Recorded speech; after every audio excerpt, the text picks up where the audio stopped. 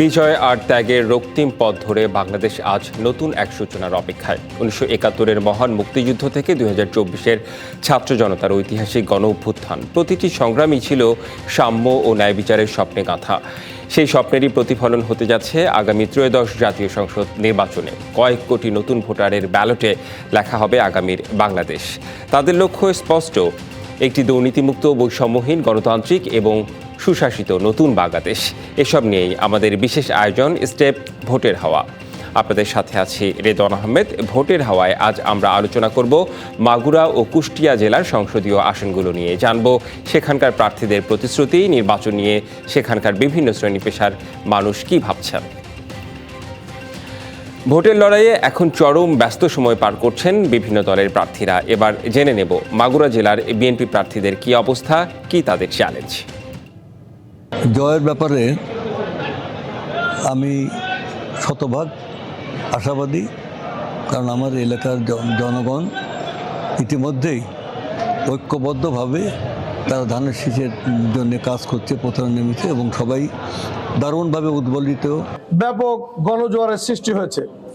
সারা বাংলাদেশের অন্য অঞ্চলের ন্যায় মাগুরা জেলায়ও মানুষের ব্যাপক উৎসাহ উদ্দীপনা, তারা ধানের শীষকে ভোট দিতে চায়। বিএনপি সহ সব দলের প্রার্থীদের সমান গুরুত্ব দিয়ে ভোটের মাঠে নেমেছে জামায়াতে ইসলামী। নানা উন্নয়নের প্রতিশ্রুতি দিচ্ছেন ভোটারদের। এছাড়াও মাঠে আছে স্বতন্ত্র প্রার্থীরা। এবার জেনে নেব কি বলছেন মাগুরা জেলার জামায়াতে ইসলামী মনোনীত প্রার্থী ও স্বতন্ত্র প্রার্থীরা। আমরা পরিবেশ খুব ভালো পাচ্ছি এবং যে পরিবেশ আছে, আমরা যে এই পরিবেশটা ঠিক থাকে, এই জন্যে আমরা কর্তৃপক্ষকে, জেলা প্রশাসনকে আমরা বলবো যে এই পরিবেশ যেন ঠিক থাকে। এদেশের মানুষ উৎসব মুখর পরিবেশে তারা ভোট দেওয়ার জন্য অধীর আগ্রহে অপেক্ষা করছে। জনমনে এখনো শঙ্কা আছে, প্রত্যেকটা মানুষের মধ্যে নিরাপত্তা বোধ আছে। কারণ আমরা দেখি যে এখনো কিন্তু আপনারা জানেন যে প্রায় ১৪০০-র মতো অস্ত্র, অবৈধ অস্ত্র, সেগুলো বাইরে আছে। এবারে নির্বাচনে অর্ধেকই নারী ভোটার। চলুন জেনে নেই নির্বাচন নিয়ে মাগুরা জেলার নারীদের কি প্রত্যাশা, কি তাদের ভাবনা। যে প্রার্থী নির্বাচিত হবেন তারাই নারীর ক্ষমতায়নের চেষ্টা করবেন, নারীর পাশে দাঁড়াবেন। নারীদের যে একটা বেকার সমস্যা আছে, বিরাট অংশ বেকার, তাদের কর্মসংস্থানের ব্যবস্থা করা। নারীরা আশা করি যে সুষ্ঠু একটা নির্বাচন হোক, আমরা সুষ্ঠুভাবে যে ভোট কেন্দ্রে যে ভোট দিয়ে আসতে পারি এবং প্রত্যাশা করি যারাই নির্বাচিত হবেন তারাই নারীদের পাশে দাঁড়াবেন। এ পর্যায়ে মাগুরা জেলা নির্বাচনী আইন শৃঙ্খলা পরিস্থিতি নিয়ন্ত্রণে প্রশাসনের প্রস্তুতির কথা জেনে নেব। নির্বাচন কমিশন থেকে আমরা ৬৩,০০০ লিফলেট পেয়েছি। আমরা ৪টি উপজেলায় সেগুলো ডিস্ট্রিবিউট করার উদ্যোগ নিয়েছি এবং ইতিমধ্যে উপজেলায় চলে গিয়েছে। আমরা বিতরণ কার্যক্রম চলমান আছে। এর পাশাপাশি আমাদের যারা নারী ভোটার তারা বেসিক্যালি তারা বাড়িতে অবস্থান করে এবং তাদেরকে সেন্সিটাইজ করার জন্য আমরা উঠান বৈঠকের আয়োজন করছি, যেমন নারী ভোটাররা যেন সচেতন হয় গণভোটের বিষয়ে। এবং আমরা উদ্যোগ নিয়েছি আমাদের ইউনিয়ন পরিষদে আমাদের যে সকল নারী ওয়ার্ড সদস্য রয়েছেন, আমরা তারা যেন বাড়ি বাড়ি গিয়ে নারী ভোটারদেরকে সম্পৃক্ত করে। নির্বাচন নিয়ে কি ভাবছেন মাগুরার নানা শ্রেণী পেশার মানুষ, সে কথা জানাতে যুক্ত হচ্ছেন সহকর্মী ফয়সাল পারভেজ। আপনাকে স্বাগত জানাচ্ছি। একটু আপনার আশেপাশে দেখছি ভোটাররা নিশ্চয়ই মাগুরার, কি বলছেন তারা নির্বাচনকে ঘিরে, তাদের আসলে প্রস্তুতি, তাদের ভাবনার কথা একটু আপনার মাধ্যমে জানতে চাই।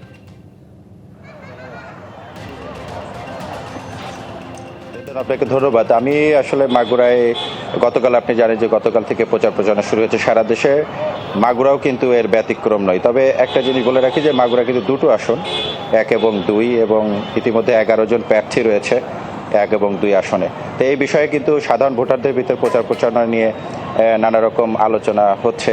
আমার পাশেই রয়েছে কিছু নানা পেশাজীবী মানুষের তরুণ ভোটার রয়েছে। আমি তাদের কাছে আপনাকে একটু জানাবো যে আসলে ভোট নিয়ে যে প্রচার প্রচারণা চলছে, এটা নিয়ে আপনার আসলে ভোট নিয়ে প্রত্যাশাটা কি? সুন্দর ও সুশৃঙ্খলভাবে নির্বাচনটা হবে বা আমরা আশা করছি এবং সুন্দরভাবে ভোট দেওয়ার আশা ব্যক্ত করছি।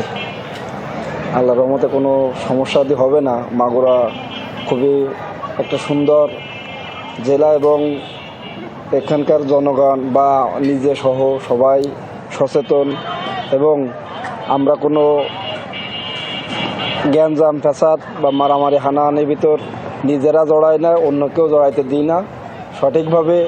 এবং মনের থেকে যে প্রার্থীটা আমাদের পছন্দ বা যে দেশের হয়ে কাজ করবে আমরা তাকেই নির্বাচনে জয়যুক্ত করে করবো। ঠিক আছে, আপনাকে আরেকটু জানিয়ে রেখে আমার পাশে আরেকজন রয়েছে সিনিয়র এখানকার ভোটার, তার কাছে একটু জানতে চাইবো যে আসলে ভোটের যে প্রত্যাশা পূরণ হবে কিনা আপনার। বিসমিল্লাহির রহমানির রহিম। আমাদের মাগুরায় ভোটের প্রত্যাশা আমরা আশা করি যে যেখান থেকে পাশ করুক আমাদের আশা তারা পূরণ করবে এবং ক্যান্ডিডেট সবাই ভালো। এর ভিতরে কার ভাগ্য কতটা ভালো সে ব্যালট পেপারের মাধ্যমেই দেবে। এবং ইউনূস সরকার যে পন্থাটা মানে যেভাবে নির্বাচনটা চালু করছে এটা একটা চ্যালেঞ্জের মুখে সারা বাংলাদেশের লোক এবং মাগুরাবাসী আমরা চাই যে সুন্দর সুষ্ঠুভাবে একটা দারুণ ভোট উপহার দিয়ে যেই পাস করুক মাগুরার জন্য তার মঙ্গল কামনা করে মানে সুফল বয়ে আনবে এবং এলাকার উন্নয়ন করবে, এটুকু আশা রাখি আমরা। আচ্ছা, এ ধরনের আমি আরেকজনের একটু বক্তব্য নিব যে ভোটে আসলে যে ভোট প্রচারণা শুরু হয়েছে, প্রত্যাশাটা কি আপনার এই ভোট নিয়ে? এই ভোট নিয়ে এটা মনে করেন জুলাইয়ের পরে প্রথম ভোট হচ্ছে। আমরা চাচ্ছি এটা ফেয়ার হবে এবং এটা আমাদের দেশের জন্য এবং আমাদের মাগুরার জন্য সবার জন্য সুফল বয়ে আনবে এবং আমরা সবাই চেষ্টা করব এটা যাতে সুষ্ঠু এবং মাগুরা থেকে 4 জন প্রার্থী দাঁড়িয়েছে এবং এই আসনে 4 জন প্রার্থী দাঁড়িয়েছে। মাগুরা কিন্তু এখন যে পরিস্থিতি সেটা গতকাল থেকে প্রচারণা চলেছে, তবে যেটা আমি দেখেছি গ্রামে ঘুরে, যে গ্রামে কিন্তু প্রচারণা খুব কম দেখেছি আমি গত 2 দিন আজকে পর্যন্ত, এবং শহর অঞ্চলে কিছু কিছু জায়গায় কিন্তু বিভিন্ন যারা প্রার্থী রয়েছে তাদের প্রচারণা চলছে। তো এই ছিল ভোটের হাওয়া মাগুরা থেকে সর্বশেষ বেদন। জি, মানে মাগুরার মানুষের প্রত্যাশা আসলে আমরা জানলাম, আসলে নির্বাচনকে ঘিরে তারা একটা সুষ্ঠু নির্বাচন চাচ্ছে, যেই ক্ষমতায় আসুক না কেন নির্বাচনে যেন কোনো সমস্যা না হয়। অনেক অনেক ধন্যবাদ যুক্ত হবার জন্য। স্টেপ ভোটের হাওয়ায় নিচ্ছে একটি বিরতি, সঙ্গেই থাকুন। স্বাগত আরেকবার স্টেপ ভোটের হাওয়ায়। দর্শক, অনুষ্ঠানের প্রথম অংশে আমরা আলোচনা করছিলাম মাগুরা নিয়ে, এই অংশে আলোচনা করব কুষ্টিয়া জেলা নিয়ে। ভোটের লড়াইয়ে এখন চরম ব্যস্ত সময় পার করছেন কুষ্টিয়া জেলার বিভিন্ন দলের প্রার্থীরা। এবার জেনে নেব কি বলছেন কুষ্টিয়া জেলার বিএনপি প্রার্থীরা এবং কি তাদের প্রস্তুতি। মূল পরিকল্পনা হচ্ছে, প্রথম 1 নম্বর অগ্রাধিকার হচ্ছে মরিচা ইউনিয়নের ভাঙন রোড, 2 নম্বর চিলমারি রামকৃষ্ণপুরের যোগাযোগ ব্যবস্থা। সন্ত্রাস, চাঁদাবাজি, দুর্নীতি, মাদক, অনলাইন জুয়া, এগুলোকে সমাজ থেকে আমরা একেবারে একটা নিরাপদ সমাজ সবার জন্য গড়তে আমরা যে ধরনের পদক্ষেপ নেওয়া দরকার সে ধরনের পদক্ষেপ নেওয়া। আমরা যদি সুযোগ পাই আল্লাহর রহমতে তাঁতি ভাইদের জন্য বেসিক ইন্ডাস্ট্রিয়াল এরিয়ায় যত ইন্ডাস্ট্রি করা যায় সেগুলো চেষ্টা করব এবং ইন্ডাস্ট্রিয়াল এরিয়া আরও জমি যাতে পাওয়া যায়, কারণ যে শহরের মধ্যে ইন্ডাস্ট্রিয়াল এরিয়াটা জমি জমার সংখ্যা তো একটু কম, আপনারা জানেন, তবে সেটা করার চেষ্টা করব। এবার জেনে নেব নির্বাচন নিয়ে কি বলছেন কুষ্টিয়া জেলার জামায়াত ইসলামী ও তাদের জোটের শরিকরা। অবৈধ অস্ত্রধারী চাঁদাবাজ দমন এবং সকল নাগরিকের জান ও মালের নিরাপত্তা বিধান আমরা নিশ্চিত করার প্রাণান্তকর চেষ্টা করবো ইনশাল্লাহ। আজ পর্যন্ত আমরা লেভেল প্লেইং ফিল্ড যেটা বলে সেটা আমরা এখনও পুরোপুরি পাই নাই। এখনও ভোটের মাঠে হুমকি দেওয়া হচ্ছে, ধামকি দেওয়া হচ্ছে। যত ষড়যন্ত্রই হোক, নির্বাচন যেহেতু প্রতীক বরাদ্দ হয়ে গেছে, আমরা অংশগ্রহণ করেছি এবং শেষ পর্যন্ত থাকবো ইনশাল্লাহ। যাই আসুক আমাদের আটকাতে পারবে। যদি আমাকে এই আসনে এমপি নির্বাচিত করান, আমি প্রথম কাজ করব কৃষিকে আধুনিকরণ করা, কৃষির জলাবদ্ধতা দূর করে কৃষি জমিগুলোকে 3 ফসলি জমিতে রূপান্তর করে কৃষকের উন্নয়নের প্রচেষ্টা চালানো। আমরা জাতীয় পার্টির চেয়ারম্যান এবং মহাসচিব আমরা মনে করি যে জনগণের স্বার্থে মন্দের ভালো হলেও একটা নির্বাচন হয়ে যাক, সেজন্য আমরা দেশের স্বার্থে নির্বাচনে অংশগ্রহণ করি। ইসলামী আন্দোলন বাংলাদেশ 7 পাখা নিয়ে আমরা প্রচারণা চালাচ্ছি। আলহামদুলিল্লাহ যথেষ্ট প্রচারণা আছে এবং লেভেল প্লেইং এখন পর্যন্ত আলহামদুলিল্লাহ আছে। যদি না থাকে তাহলে আপনাদের সাংবাদিকদের নিয়ে, জনগণ নিয়ে, প্রশাসন নিয়ে শক্ত হাতে দমন করবো আমি ইনশাআল্লাহ।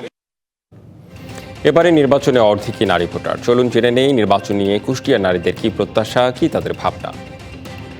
আমি অবশ্যই চাইবো যে আইনের বাস্তবায়নটা আমাদের নারীদের জন্য সর্বক্ষেত্রে সমানভাবেই যেন প্রয়োগ হয়। সবাই যাতে ভোটে আমরা অংশগ্রহণ করতে পারি এবং সুস্থ নির্বাচন চাই, যেখানে দেশের প্রতিটি নাগরিক বিশেষ করে নারীরা চলাফেরা নির্বিঘ্নে করতে পারবে, নিরাপদে চলাফেরা করতে পারবে। মেয়েরা যেন নির্ভয়ে স্কুল কলেজে যেতে পারে, তার নিরাপদ অবস্থা ভাবে, এটা আর কি। আর বাল্য বিবাহটা বন্ধ হোক, সেটাও চাই। এখন জেনে নেব জেলা নির্বাচনে আইন শৃঙ্খলা পরিস্থিতি নিয়ন্ত্রণের প্রশাসনের প্রস্তুতির কথা। আমার যে কোর কমিটি আইন শৃঙ্খলা উন্নতি কিভাবে করা যায় সেই বিষয়ে আমি একাধিকবার মিটিং করেছি এবং সেই মিটিংয়ের একটা সবচেয়ে গুরুত্বপূর্ণ যে জায়গাটি আমরা নিশ্চিত করেছি সেটি হলো যে অস্ত্র উদ্ধার, যেই বিষয়টি আমাদের কাছ থেকে আপনাদের মতো সাংবাদিকবৃন্দ যারা আছেন, পাশাপাশি বিভিন্ন অ্যাঙ্গেল থেকে কিন্তু আমরা পেয়েছি যে অস্ত্র ঢুকতে পারে। আমরা সেই জায়গাগুলো কিভাবে বন্ধ করা যায় এবং ইতোমধ্যে যদি ঢুকে থাকে সেখানে কিভাবে সেটিকে রেস্কিউ করা যায়, আর্মস অ্যান্ড অ্যামিউনিশন, এই বিষয়টা আমরা অত্যন্ত তৎপরতার সাথে দেখি। ভোটের হাওয়ায় এই পর্যায়ে যুক্ত হয়েছেন কুষ্টিয়া জেলার সচেতন নাগরিক কমিটির সদস্য মিজানুর রহমান লাকি। মিজানুর রহমান লাকি, আপনাকে স্বাগত জানাচ্ছি। আপনার কাছে শুরুতেই যে বিষয়টি জানতে চাই, নির্বাচন ঘিরে কুষ্টিয়ায় আসলে সাধারণ মানুষের ভাবনা কিংবা কুষ্টিয়ায় আসলে রাজনৈতিক দলগুলো যেসব কার্যক্রম চালাচ্ছে, প্রচারণা চালাচ্ছে, আপনার একটু মন্তব্য জানতে চাই ত্রয়োদশ জাতীয় সংসদ নির্বাচনকে ঘিরে। ধন্যবাদ। আমি একটা কথা খুব সরাসরি আপনাকে বলি যে 69, 90, 71 এবং 24-এ বিপ্লবের সবসময় দেখেন যুবকরা রক্ত দিয়েছে এবং যুবকরা কিন্তু অগ্রণী ভূমিকা পালন করছে। আমি যেহেতু পেশা একজন সাংবাদিক, আমি মাঠ বিভিন্ন তৃণমূল পর্যায়ে যেগুলো আমার অবজারভেশন, আসলে মানুষের মধ্যে যতটা নির্বাচন নিয়ে উৎসাহ দেখা যাচ্ছে, পাশাপাশি আমি হতাশা দেখছি। কারণ তাদের কথা হচ্ছে যে ইতিপূর্বে বাংলাদেশের নির্বাচন নিয়ে যেমন প্রেক্ষাপটটা তৈরি হয়েছে, এবার কিন্তু তার কোনো ব্যতিক্রম দেখা যাচ্ছে না। অর্থাৎ নমিনেশন নিয়ে বিভিন্ন দলের মধ্যে আপনার বিদ্রোহী প্রার্থী এসছে, আবার অনেক দলে দেখা যাচ্ছে যে পুরাতন যারা আছেন তাদেরকে নিয়ে কাজ করছেন। অর্থাৎ এই জুলাই আগস্টের পরে মানুষের মধ্যে, সাধারণ মানুষের মধ্যে যে ধারণা জন্মেছিল যে তারা একটা নতুন কিছু দেখবে, নতুন ফরমানা, আসলে কিছুই তো দেখা যাচ্ছে না। এখানে দেখেন সেই যারা ঋণখেলাপি, ইতিপূর্বে যাদের নিয়ে পত্রপত্রিকায় প্রচুর লেখালেখি হতো, এবারও ঋণখেলাপি নিয়ে নানান ধরনের আলোচনা চলছে। আবার আমরা এটাও লক্ষ্য করতেছি যে নির্বাচন কমিশন কিন্তু অনেক ক্ষেত্রেই তাদের ঠিক সঠিকভাবে কর্মকাণ্ড পালন করছে বলে আমাদের কাছে বিষয়টা খুব ক্লিয়ার না। আমি পাশাপাশি আরেকটা কথা বলতে চাই, নির্বাচন আপনি যেভাবেই করতে চান না কেন, অবশ্যই যারা সরকারের দায়িত্ব থাকবেন তাদেরকে প্রথমে অত গুরুত্বপূর্ণ ভূমিকা এবং নির্বাচন কমিশনের উপর তাদের হস্তক্ষেপ না করে পূর্ণ স্বাধীনতা দেওয়া উচিত। এই দৃশ্যটা কিন্তু আমরা অনেকে দেখতেছি না। মানুষের মধ্যে যত উৎসাহ বলেন না কেন, পাশাপাশি নির্বাচন নিয়ে কিন্তু হতাশাও কাজ করতেছে। জি, মিজানুর রহমান লাকি, আমি একটু কুষ্টিয়ার, যদি সুনির্দিষ্টভাবে কুষ্টিয়ার বিষয়টি জানতে চাই, তাহলে আপনি কিভাবে ব্যাখ্যা করবেন, সেখানকার পরিস্থিতি কিরকম দেখছেন? কুষ্টিয়া সবসময় আপনার একটা কথা জেনে রাখা উচিত, কুষ্টিয়া জেলার কিন্তু রাজনৈতিক যারা দলে আছেন বা রাজনৈতিক ব্যক্তিত্ব, এদের মধ্যে কিন্তু একটা দলের সঙ্গে আরেকটা দলের খুব পারস্পরিক সম্পর্কটা বরাবরই কিন্তু ভালো। এখানে এমন কোনো প্রতিদ্বন্দ্বী দেখা থাকতে পারছে, কিন্তু এদের মধ্যে কোনো বিরোধ দেখা যায় না। তবে কুষ্টিয়ার মানুষের একটা সংখ্যা আছে কি, যে এখানে যে সীমান্তবর্তী যে এলাকাটা আছে, এই এলাকায় কিন্তু আপনার অবাধ এখান থেকে ফেন্সিডিল বা অবৈধ অস্ত্র আসে। এটা নিয়ে কিছু কিছু প্রার্থীদের সংখ্যা দেখা যাচ্ছে, তাদের মাঝখানে সাধারণ মানুষের মধ্যেও কিন্তু এই সংখ্যাটা আছে। অতএব এই নির্বাচনটা যদি সুষ্ঠু করতে হয়, তাহলে কিন্তু এই অবৈধ অস্ত্র বা প্রশাসনকে যে কথাটা দিয়ে থাকেন সাধারণত জেলা প্রশাসন বা পুলিশ প্রশাসন, তাদের কথার কিন্তু বাস্তবায়ন দরকার আছে বলে আমি বিশ্বাস করি। জি, আপনাকে অনেক ধন্যবাদ মিজানুর রহমান লাকি যুক্ত হবার জন্য। নির্বাচন নিয়ে কি ভাবছেন কুষ্টিয়ার নানা শ্রেণী পেশার মানুষ, সে কথা জানাতে যুক্ত হচ্ছেন সহকর্মী সাজ্জাদ হোসেন। আমরা যুক্ত হব তার কাছে। সাজ্জাদ, আপনার আশেপাশে বেশ কয়েকজনকে দেখতে পাচ্ছি, একটু তাদের কথা আপনার মাধ্যমে জানতে চাই, কি বলছেন তারা? জি রেদওয়ান, আসলে আপনি জানেন যে সারা দেশের মতো কুষ্টিয়াতেও প্রচারণা শুরু হয়েছে। প্রার্থীরা ভোটারদের দ্বারে দ্বারে যাচ্ছেন, জনসভা করছেন এবং ভোটাররাও উৎসুক হয়ে সেগুলো আসলে শুনছেন যে প্রার্থীরা আসলে কী ধরনের কথা বলছেন, কুষ্টিয়ার উন্নয়নে তারা কী ভাবছেন। এবং আমার পাশে এখানে বিভিন্ন পেশাজীবীরা আছেন, বিভিন্ন শ্রেণী পেশার মানুষ আছেন। আমরা একটু তাদের ভাবনাটা জানতে চাই যে আসলে সামনের নির্বাচনকে কেন্দ্র করে তারা কেমন নির্বাচন দেখতে চান এবং তারা কেমন প্রার্থীকে আসলে নির্বাচিত করতে চান। তো আপনি তো কেমন এই যে প্রচার শুরু হয়েছে, আপনারা আসলে কেমন ইলেকশন চাচ্ছেন? বিসমিল্লাহির রহমানির রাহিম। দীর্ঘদিন ধরে আসলে নির্বাচন হয়নি। নির্বাচনে মানুষ অংশগ্রহণ করবে, মানুষ ভোট দেবে। ভোটারবিহীন নির্বাচন তো ইতিপূর্বে হয়েছে, এখন মানুষ ভোট দেওয়ার জন্য আসলে উন্মুখ হয়ে আছে। তো মানুষ প্রত্যাশা করি ভয়মুক্ত, শঙ্কামুক্ত পরিবেশ সৃষ্টি করা গেলে অবশ্যই মানুষ ভোট কেন্দ্রে যাবে। নির্বাচিত সরকারের কাছে আসলে আমাদের যেটা প্রত্যাশা, বেতন এবং আমাদের যে বাজার মূল্য তার সাথে কোনো সম্পর্ক নাই। বেতন মানুষ যা পায় তার চেয়ে দ্রব্যমূল্য অনেক অনেক গুণ বেশি। আমরা চাই সুন্দর সময় উপযোগী শিক্ষা পদ্ধতি তৈরি হবে এবং সেই শিক্ষা পদ্ধতি দিয়ে দেশ পরিচালিত হবে। আচ্ছা, আপনি তো একজন ব্যবসায়ী, আপনারা কেমন ব্যবসার পরিবেশ চান বা কী ধরনের সরকার চান? ধন্যবাদ আপনাকে। আসলে আপনিও জানেন যে আমাদের বর্তমানে আমরা বিগত কিছুদিন যাবৎ আমাদের ব্যবসায়িকভাবে একটু অনিশ্চয়তার ভিতরে আছি। আমরা দীর্ঘদিনের অনিশ্চয়তার ভিতরে আছি। আমরা চাচ্ছি আসলে এমন একজন প্রার্থী নির্বাচিত হোক যে আসলে আমাদের জন্য, আমাদের ব্যবসায়িকদের কল্যাণে কাজ করবে, বা সরকার নির্বাচিত হোক আমার ব্যবসায়িক কল্যাণে কাজ করবে। পরিশেষে আমি আমার যান মাল নিরাপত্তার বিষয়টা আসলে গুরুত্ব দিতে চাই। হ্যাঁ, এই জন্য আমরা চাচ্ছি যে আসলে একজন সৎ এবং যোগ্য মানুষ যে দেশ পরিচালনার জন্য আসলে পারফেক্ট, তাকেই বেছে নেওয়া উচিত।